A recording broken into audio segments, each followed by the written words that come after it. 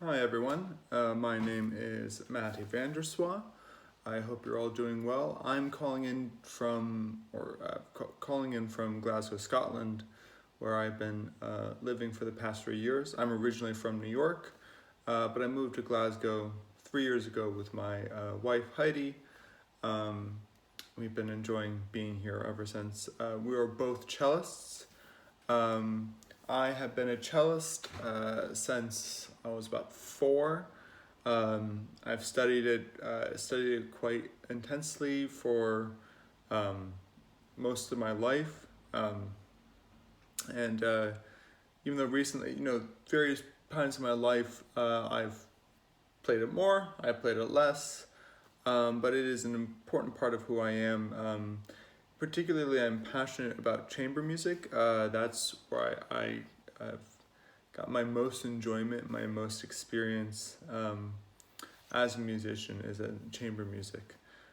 So I wanted to share with you today, excuse me, I wanted to share with you today a musical concept or a technique that I learned um, when I was still, still a teenager, as a chamber musician, that's really shaped a lot of, really been a very important concept for me as a musician. Has really shaped a lot um, the way I think about my music making. Um, I played for several years with the same string quartet, uh, starting in around sort of right before high school, I think, and right towards through high school and out the other side. Um, uh, and it was a very, really wonderful experience. I think a lot of the people that I was surrounded with, a lot of my peers, uh, didn't have this opportunity to play with the same musicians year after year. The chamber music program I was part of, a lot of people would be in it, but they'd be shuffled around from year to year, and rarely were there people um, that got to continue playing together, or if they were, just like one or two of them. Um, but for me, I was able to play with the same string quartet for 6 years, and it was really that was a very, like I said, really great experience. It enabled me to learn more generally, but also learn more complex ideas because we didn't have to restart every year. We could build off of what we did before. And so about midway through our time together, our coach introduced a new idea and a new way of thinking to us. He had always pushed us a lot, not in the usual areas of course, like intonation and ensemble and stuff like that, but he really pushed us in the areas of thinking about phrasing, in particular sound.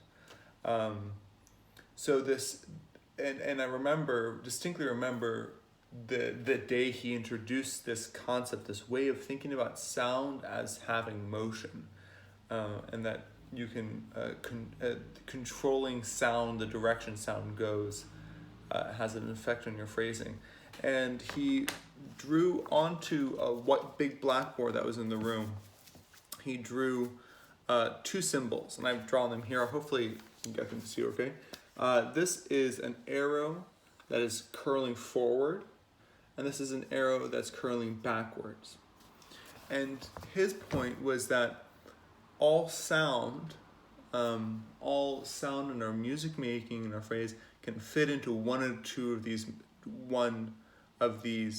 two symbols or motions. And so the one with the arrow curling forward, and bear with me, it's a little bit of an obtuse idea, and it took him a while to explain it to us, but I think you'll enjoy it at the other end. So the one with the arrow curling forward was sound that moved forward, sound that led to the next thing, sound that had a direction forward to the next point in the phrase. The arrow curling backwards was sound that kind of went back on itself, which is a hard idea. I think, we do have this idea of the line going somewhere, but this is sound that the line is coming to a close, perhaps. That's a nice way of thinking about it. This is the line is coming as it's sort of reflecting back on itself. Um, Rarely, he also drew an arrow down. Rarely the sound, sometimes it'll happen, but rarely the sound will just stop, as in like that, when you play that note, that's the end of the sound, is that it drops at that point. Um, so he introduced to us this idea of sound having motion. And I think this is something that we're quite familiar with. We'll have our coaches or teachers or anybody will say, send your sound to the back of the hall. Or if in chamber group, I got this a lot, send your sound to the middle of the group.